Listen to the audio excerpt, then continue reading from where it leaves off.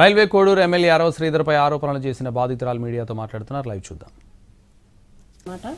Details అన్నీ కనుక్కోవడం జరిగింది. ఆయన నువ్వేం చేస్తావు, ఎక్కడ ఉంటావు, పెళ్ళి అయిందా, పిల్లలు ఉన్నారా, హస్బెండ్ ఏం చేస్తాడు, ఈ డీటెయిల్స్ అన్నీ అడగడం జరిగింది. నేను చెప్పాను. లాస్ట్లో ఆయన ఫోన్ నెంబర్ ఇచ్చి నా ఫోన్ నెంబర్ తీసుకొని ఇక్కడ వద్దు టెలిగ్రామ్లో చాట్ చేద్దాము అనేసి చెప్పారు. సో నేను టెలిగ్రామ్లో మెసేజ్ చేశాను.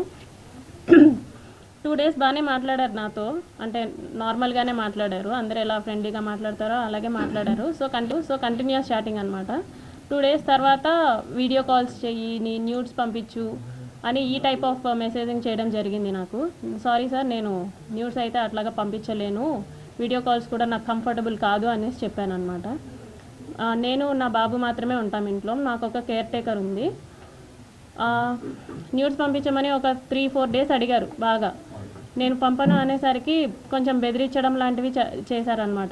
ఓకే న్యూడ్స్ పంపొద్దు, నేను నీతో మాట్లాడాలి, నన్ను పర్సన్గా మీట్ అవ్వు, ఇన్ పర్సన్లో మీట్ అవ్వు అని చెప్పేసి అన్నారు. ఎలా కుదురుతుంది సార్, నాకు అవ్వదు, నాకు మా బాబుతోనే ఉంటుంది రోజంతా, నాకు అవ్వదు అనేసి అన్నాను. ఒక 2 days బాగా బతిమలాడుకున్నట్టు అడిగారు అనమాట నన్ను. మీట్ అవ్వచ్చు కదా, ఈ టైంకి మీట్ అవ్వచ్చు కదా, నేను ఈ టైంకి ఫ్రీ అవుతాను అనేసి ఇలా అడగడం జరిగింది. నేను రిజెక్ట్ చేశా.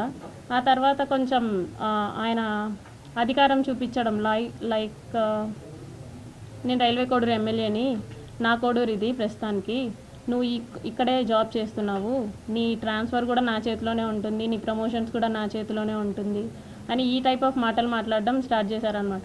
నాకు అర్థమైంది సార్, మీరు ఎంత చెప్పినా సరే నేనైతే కలవడం జరగదు అనేసి నేను చెప్పాను.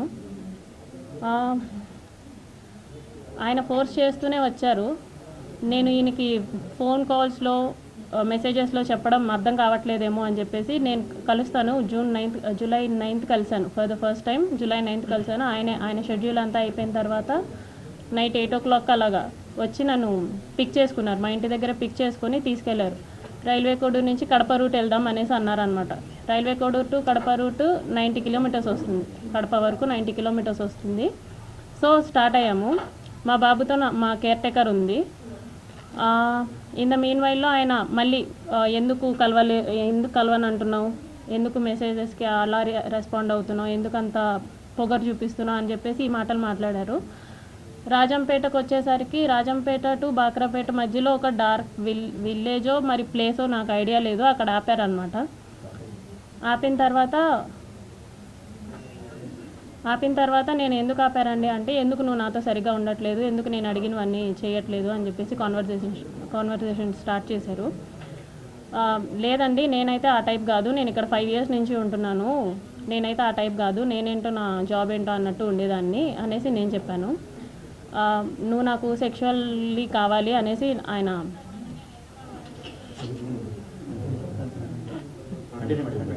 చెప్పండి కనీసం మాట్లాడనివ్వండి నన్ను. ఓకే, సో ఆయన సెక్షువల్ సాటిస్ఫాక్షన్ కావాలి నాకు నీతో అనేసి అన్నారనమాట. లేదు సార్ నేను అవన్నీ చెయ్యను అనేసి చెప్పేసరికి ఆయన నా బాడీ పార్ట్స్ టచ్ చేయడానికి ట్రై చేస్తూ నన్ను ఫోర్స్ చేయడానికి ట్రై చేశారు. కార్ డోర్ ఓపెన్ చేసేలాగా నా జుట్టు పట్టుకొని ఇలా లాగారు, ఎడ్జ్ ఆఫ్ మై హెయిర్ పట్టుకొని లాగారు అనమాట. నా ఫ్రంట్ సీట్, నేను ఫ్రంట్ సీట్లో కూర్చున్నాను. రెక్లైనర్గా బెండ్ చేసేసి నా మీదకి వచ్చేసి నేను అరవబోయాను, ప్లస్ చేతులు ఇలా పట్టేసుకున్నారు, 2 చేతులు ఆయన ఒక చేతి ఇలా పట్టుకున్నారు, కొట్టారు. ఫోర్స్ఫుల్లీ నా ప్యాంట్ అది తీసేసి he force himself on to me for the first time. అయిపోయిన తర్వాత నేను భయపడిపోయి నేను వెనక్కి వెళ్ళిపోయాను. ఆ మధ్యలో నేను వెనక్కి వెళ్ళిపోయాను. ఆ సీట్ ఈ మిడిల్ ఆఫ్ ద సీట్ ఉంటుంది కదా, దాని నుంచి నేను వెనక్కి వెళ్ళిపోయి నేను వెనక్కి కూర్చున్నాను. ఆయన డ్రైవ్ చేశారు, మా హోమ్కి డ్రైవ్ చేశారు. నేను దిగిపోతున్నప్పుడు చెప్పారనమాట, చాలా చాలా చేస్తున్నావు, ఇక నుంచి అట్లా చేయొద్దు, నువ్వు నా మాటే వినాలి, నేను చెప్పినట్టే చేయాలి, మీ హస్బెండ్ నిన్ను పట్టించుకోడేమో, నేను 1000 times ఎక్కువ పట్టించుకుంటాను నేను నిన్ను, సో నేను చెప్పినట్టే చెయ్యి, ఇది ఎవరికి లీక్ చేయొద్దు అని చెప్పేసి ఆ టోన్లో నాతో మాట్లాడారు. నేను దిగేశాను.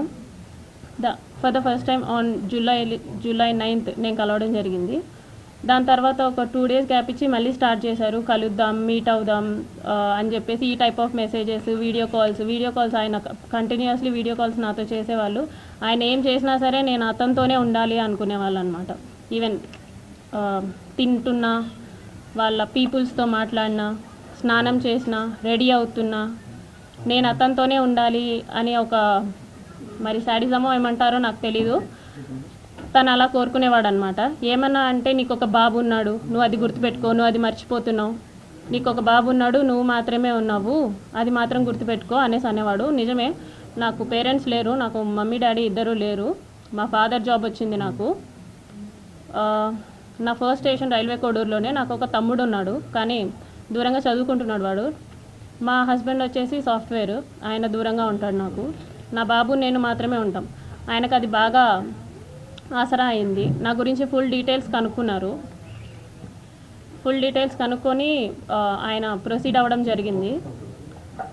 చాలా డామినేషన్ చేసేవాళ్ళు, చాలా డామినేటెడ్గా ఉండేవాళ్ళు అనమాట. ప్రతి విషయంలోనూ చిరాకు పడ్డం, ఇలా ఎందుకండి ఈ టైప్ ఆఫ్ రిలేషన్షిప్, ఈ టైప్ ఆఫ్ ఫోర్స్డ్ రిలేషన్షిప్లో నేను ఎందుకు ఉండాలి అని చెప్పేసి నేను అడిగినప్పుడు, నాకు నువ్వు ఇలాగే కావాలి, నాకు నువ్వు ఇలాగే ఉండాలి అని చెప్పేసి బెదిరింపులు, గట్టిగా మాట్లాడాలు, పొగరు చూపించడాలు, ఏమన్నా అంటే ఆఫీస్లో ఒక ఎంక్వైరీ వేస్తాను అనేసి అంటారనమాట. నువ్వేదో తీసుకున్నావు, నువ్వేదో బ్రైబ్ చేసావు అని చెప్పేసి వేస్తాను ఎంక్వైరీస్ అనేసి, నాకు ఆ రకంగాను ప్లస్ నాకు ఫ్యామిలీ లేదు కాబట్టి ఈ రకంగానూ నన్ను భయపెట్టడం జరిగింది. So for the first time నేను ఆగస్ట్ ఎండింగ్లో నా ప్రెగ్నెన్సీ పాజిటివ్ అయింది. ఈ విషయం నేను అతనికి చెప్పాను అనమాట. నాకు ఇలా ప్రెగ్నెన్సీ పాజిటివ్ వచ్చింది, ఏం చేయమంటారు అనేసి అన్నాను. నువ్వు తీయించేసుకో, ఇమీడియట్గా తీయించేసుకో, నేను మాట్లాడతాను, నాకు తెలిసిన డాక్టర్ ఉన్నారు తిరుపతి కాలేజ్లో, నాకు తెలిసిన గైనిక్ ఉంది, ఆమెను అడుగుతాను, ఆమె నాకు టాబ్లెట్స్ పంపిస్తుంది, నేను నీకు ఇస్తాను, సో దట్ నువ్వు తీయించేసుకో అనేసి అన్నారనమాట. లేదండి నేను తీయించుకోను, నేను ఉంచుకుంటాను అనేసి చెప్పాను. అంటే ఎందుకు ఉంచుకుంటావో, అవసరం లేదు, నువ్వు తీయించేసుకో అని చెప్పేసి అన్నారు. ఫస్ట్లో స్టార్టింగ్లో కామ్గానే అన్నారు, లేదండి నేనైతే తీయించుకోను, చేశారు కదా, నేనైతే తీయించుకోను అనేసి భయపెట్టే ప్రయత్నం చేద్దాం అనుకున్నా. సో దట్ అప్పటికైనా సరే వదిలేస్తాడని చెప్పేసి నేను భయపెట్టే ప్రయత్నమైనా చేద్దాం అనుకుని, ఈ ప్రెగ్నెన్సీ నేనైతే తీయించుకోను అనేసి అన్నాను అనమాట. ఒక 2 days అలాగే అడిగారు బాగా. ఒకరోజు నైట్ మా ఇంటికి వచ్చి ఎందుకు తీయించుకోవు అని చెప్పేసి నన్ను కొట్టారు. నువ్వు ఎందుకు తీయించుకొని అంటున్నావు అంటే, కారులో తీసుకెళ్ళడం మానేసి డైరెక్ట్గా మా ఇంటికి వచ్చారు, కార్ పార్క్ చేసి, ఎందుకు తీయించుకొని అంటున్నావు అని చెప్పేసి, మా బాబు నిద్రపోతున్నాడు, అప్పుడు నన్ను కొట్టారనమాట, ఎందుకు తీయించుకొని అంటున్నావు అనేసి. లేదండి నేను తీయించుకోను, మీరే కదా చేశారు, సో నేను తీయించుకోను, సమాధానం చెప్పండి అంటే, సరే మీ హస్బెండ్కి డివోర్స్ ఇచ్చేసి నేను నిన్ను పెళ్లి చేసుకుంటాను, ప్రస్తుతానికైతే తీయించుకో అని చెప్పేసి నార్మల్గా అష్యూరెన్స్ ఇచ్చినట్టు చెప్పారు. సో నీ హస్బెండ్తో నువ్వు డివోర్స్ తీసుకున్న తర్వాత నేను నిన్ను పెళ్లి చేసుకుంటానంటే, అవసరం లేదు అని చెప్పేసి నేను ఫర్ ద ఫస్ట్ టైం నేను అబార్ట్ చేయించుకున్నాను. అది కూడా అతనే ట్యాబ్లెట్స్ తీసుకొని వచ్చారు, వాళ్ళ ఫ్రెండ్, తిరుపతి ఫ్రెండ్ ఎవరో ఇచ్చారంట, గైనిక్ సమ్మన్ ట్యాబ్లెట్స్ తీసుకొని ఇస్తే for the first time abort చేయించుకున్నాను నేను అలాగా. ఇందులో నాకు తెలియని విషయం ఏంటంటే, ఈ మీన్ వైల్లో ఒక 4 months ముందు మా హస్బెండ్కి కాల్ చేసి మాట్లాడారు అతను. అది నాకు కూడా తెలీదు, అతను శ్రీధర్ కూడా నాకు చెప్పలేదు, మా హస్బెండే చెప్పాడనమాట. అసలు ఏం జరుగుతుంది రైల్వే కోడూరులో, ఏం చేస్తున్నావు నువ్వు అనేసి అంటే, ఏమైందంటే ఇలా శ్రీధర్ ఫోన్ చేశాడు, ఎమ్మెల్యే అంట కదా, డివోర్స్ తీసుకో అని చెప్పేసి నాకు చెప్తున్నాడు అనేసి అన్నాడు అనమాట. అంటే అప్పుడు ఇది జరిగింది, ఇలా చేస్తున్నాడు, ప్రతిసారి బలవంతంగా ఇంటికి వచ్చేయటం, వెళ్ళిపోమన్నా వెళ్ళిపోకుండా బయటే ఉండేవాడు అనమాట. నేను డోర్ లాక్ వేసేసి నేను ఇంట్లోకి వెళ్ళిపోయి పడుకున్నా సరే 4-5 hours అయినా సరే నేను డోర్ ఓపెన్ చేసేసరికి ఆయన అలాగే ఉండేవాడు ఇంటి బయట. ఒక ఎమ్మెల్యే అయ్యండి, కార్ పార్కింగ్లోనే ఉండేది నైట్ టైం. సో ఇలా చాలాసార్లు జరిగింది. ఒక్కొక్కసారి బాగా కొట్టేదాన్ని, ఎందుకండి ఇలా చేస్తున్నారు అనేసి. అతను నన్ను చాలాసార్లు కొట్టాడు, నువ్వు నా మాటే వినాలి, నువ్వు నాకే ఉండాలి, నేనైతే పక్కకు పోను, నేను పక్కకు పోనివ్వను, ఏదైనా ఉంటే నీకు ఆఫీస్ పరంగాను ఇంటి పరంగాను ప్రాబ్లం అవుతుంది అని చెప్పేసి ఈ టైప్ ఆఫ్ బెదిరింపులు నాకు ఇచ్చేవాడు అనమాట. ఏమన్నా అంటే, నీకు 3 years బాబు ఉన్నాడు కదా, నీకు 3 years బాబు ఉన్నాడు కదా, చూసుకో అనేసి ఈ టైప్ ఆఫ్ మాటలు మాట్లాడేవాడు అనమాట. మా హస్బెండ్కి ఆ విషయం తెలిసి మా హస్బెండ్ వాళ్ళ ఇంట్లో అంతా చెప్పారు. మా తమ్ముడికి కూడా తెలిసింది. అందరూ ఏంటి అని చెప్పేసి నన్ను అడిగారు. ఇది జరిగిందని చెప్పాను అనమాట. చెప్పేసరికి ఇదంతా మాకెందుకు చెప్పలేదు అంటే అతను బెదిరిస్తూ వచ్చాడండి ప్రతిసారి. నేను మీకు చెప్దాం అనుకున్నాను, మళ్ళీ మీరు అడిగితే నన్నేం చేస్తాడో, బాబు నేను మాత్రమే ఉంటాము, మీరెవరు లేరు నా దగ్గర, అందుకే నేను చెప్పలేకపోయాను. అతనికి నేను ట్రై చేశాను, అతన్ని విడిపించేసుకోవాలని చెప్పేసి అన్నిట్లో బ్లాక్ చేసినా సరే ఆయన ఏదో ఒక వే వెతుక్కుంటున్నాడు. ఒకసారి ఆఫీస్కి వచ్చాడు వాళ్ళతో పాటు కలిసి. ఒకసారి ఆఫీస్కి వచ్చాడనమాట. ఆఫీస్కి వచ్చి నార్మల్గా కూర్చొని అక్కడి నుంచే నాకు మెసేజ్లు చేస్తున్నాడు. అక్కడి నుంచే నాకు నార్మల్ అంటే వాట్సాప్లో బ్లాక్ చేశాను, ఇన్స్టా ఫేస్బుక్ అవన్నీ బ్లాక్ చేస్తే నార్మల్ మెసేజ్ చేశాడనమాట. నీట్గా కామ్గా బ్లాక్ నుంచి తీస్తే బాగుంటుంది, లేకపోతే బాగోదు అనేసి నాకు ఇక్కడ నేను ఎదురుగా ఉన్నాను, అక్కడి నుంచి నాకు మెసేజ్ చేశాడనమాట. సో ఈ టైప్ ఆఫ్ భయాలు నాకున్నాయి. నాకైతే ఎవరు లేరు చెప్పుకోవడానికి. ఒకవేళ చెప్పుకున్నా సరే నా వెనక వచ్చి అడిగే వాళ్ళు లేరు. సో కాబట్టి నేను చెప్పలేదు అనేసి నేను చెప్పాను అనమాట. వాళ్ళదంతా విని నీ ఇష్టం వచ్చింది చేసుకో, అయిందంతా అయ్యింది, తీయాల్సిన పరువు అంతా తీసావని చెప్పేసి మా వాళ్ళంతా దూరంగా ఉన్నారు. అంటే ఎవరు పనుల్లో వాళ్ళు ఉన్నారు, నన్ను ఎవరు పట్టించుకోలేదు. మా హస్బెండ్ వచ్చేసి మా బాబుని తీసుకెళ్ళిపోయాడు అనమాట. వీడు నీ దగ్గర అయితే సేఫ్ కాదు అని చెప్పేసి. రీసెంట్గా అలా January 7th 2026 రీసెంట్గానే ఒక 20 days బ్యాక్ వాళ్ళందరూ ఎవ్వరూ మాట్లాడడం మానేసిన తర్వాత మా హస్బెండ్ వాళ్ళ అక్కకు కూడా 11:30 ఆ టైంకి కాల్ చేసి మీ ఎవ్వరూ ఆమెకి ఫోన్ చేయకూడదు, మీ ఎవ్వరూ ఆమెతో మాట్లాడకండి అంటే ఆవిడ నాతో మాట్లాడడం మానేసింది. ఆవిడ తిరుపతిలోనే ఉంటారు, రైల్వే కోడ్ నుంచి 30 kilometers దూరం. ఆవిడ మాట్లాడడం మానేసింది. ఇదంతా అయిన తర్వాత January 7th నేను నిన్ను పెళ్లి చేసుకోలేను, నువ్వేం చేసుకుంటావో చేసుకో, నువ్వేం చేస్తావో కూడా నేను చూస్తాను అని చెప్పేసి చెప్పారనమాట. ఇదంతా చేసి నువ్వు పెళ్ళెలా చేసుకోకుండా ఉంటావు, 1.5 సంవత్సరంగా నువ్వు నన్ను ఎంత నాశనం చేసావు, పెళ్ళెలా చేసుకోకుండా ఉంటావు అనేసి నేను అడిగాను. అంటే నేనైతే పెళ్లి చేసుకోను, నా రీజన్స్ నాకున్నాయి, నేనైతే పెళ్లి చేసుకోను, నువ్వేం చేసుకుంటావో చేసుకో అనేసి అన్నారు. ఆ తర్వాత అతని ఫోన్స్ 2 స్విచ్ ఆఫ్. మరి ఎందుకు స్విచ్ ఆఫ్ నాకు తెలియదు. బ్లాక్ ఏం కాదు, ఫోన్ స్విచ్ ఆఫ్. అతను కాంటాక్ట్ అయ్యే వే కూడా నాకేం లేదు, ఇన్స్టాగ్రామ్ లేదు, ఫేస్బుక్ లేదు, ఏమీ లేదు. అవన్నీ బ్లాక్ చేశారో మరి తీసేశారో నాకు తెలీదు. సో నేను డైరెక్ట్గా వెళ్ళా వాళ్ళ ఊరికి. మా ఊరు నుంచి 12 kilometers దూరం ముక్కవారిపల్లికి సార్తో మాట్లాడడానికి వెళ్ళాను అనమాట. అంటే ఇతన్ని ఎమ్మెల్యేగా నిలబెట్టిన అతను ముక్క రూపానంద రెడ్డి అనేసి ఉన్నారు, ఆయన్ని కలవడానికి వెళ్ళాను. ఇతన్ని కలిసి ఏంటి అనేసి అడగడానికి వెళ్ళాను. వాళ్ళెవ్వరూ నాతో మాట్లాడడానికి రెడీగా లేరు. ఈవెన్ వాళ్ళందరికీ ఎప్పటి నుంచో ఈ విషయం తెలుసు. నేనే 1.5 years నుంచి కన్వే చేస్తున్నా ఏంటని. వాళ్ళ పేరెంట్స్కి కానీ, ముక్క రూపానంద రెడ్డికి కానీ, వాళ్ళ వైఫ్ కానీ అందరికీ నేను చెప్పుకుంటూ వస్తున్నాను.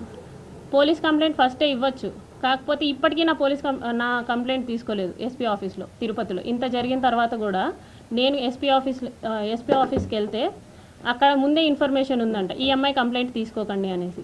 ఇక్కడ కోడూరులో పోలీస్ స్టేషన్కి వెళ్తే వాళ్ళమ్మ నా మీదే ఎఫ్ఐఆర్ ఫైల్ చేసిందంట, నేనేదో బ్లాక్మెయిల్ చేస్తున్నాను అతన్ని అనేసి. ప్రూఫ్స్ లేవు, వాళ్ళ సేఫ్ సైడ్ వాళ్ళు చూసుకుంటున్నారు. నన్ను మీట్ అవ్వడానికి ఎవ్వరూ రెడీగా లేరు. ఎన్నోసార్లు వెళ్ళా. మా మావయ్య కూడా వచ్చారు, మా మావయ్య భాస్కర్, ఆయన కూడా వచ్చారు, ఆయనతో పాటు వెళ్ళాను అనమాట. వాళ్ళు పెద్ద వాళ్ళు వచ్చినా కూడా, మా తరపున వాళ్ళు ఎవరు వచ్చినా కూడా వాళ్ళు మాట్లాడడానికి రెడీగా కూడా లేరు. వాళ్ళ అమ్మ నాన్న కానీ, ఫోన్ కాల్స్ కానీ, ఏదైనా కానీ మాట్లాడడానికి రెడీగా లేరు. నేను చాలా ప్రయత్నించిన తర్వాతే ఇప్పుడు మీ అందరి ముందుకు వచ్చా. మొన్న సంక్రాంతికి చంద్రబాబు నాయుడు గారు నారావారిపల్లికి వచ్చారనమాట. ఎస్పీ ఆఫీస్లో తీసుకోవట్లేదని చెప్పేసి నేను డైరెక్ట్గా చంద్రబాబు గారికి ఇచ్చాను కంప్లైంట్.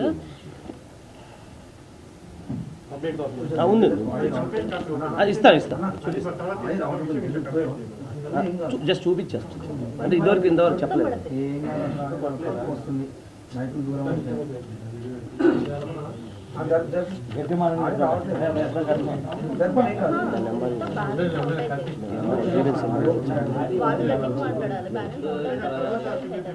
అయిపోయింది జస్ట్ 2 minutes.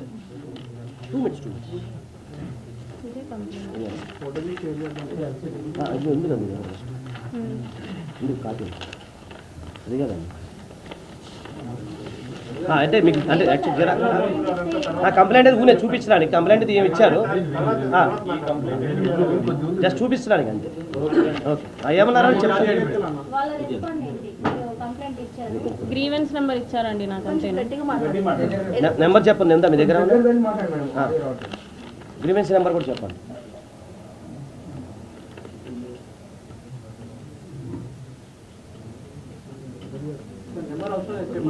ఇది గ్రీవెన్స్ నెంబర్.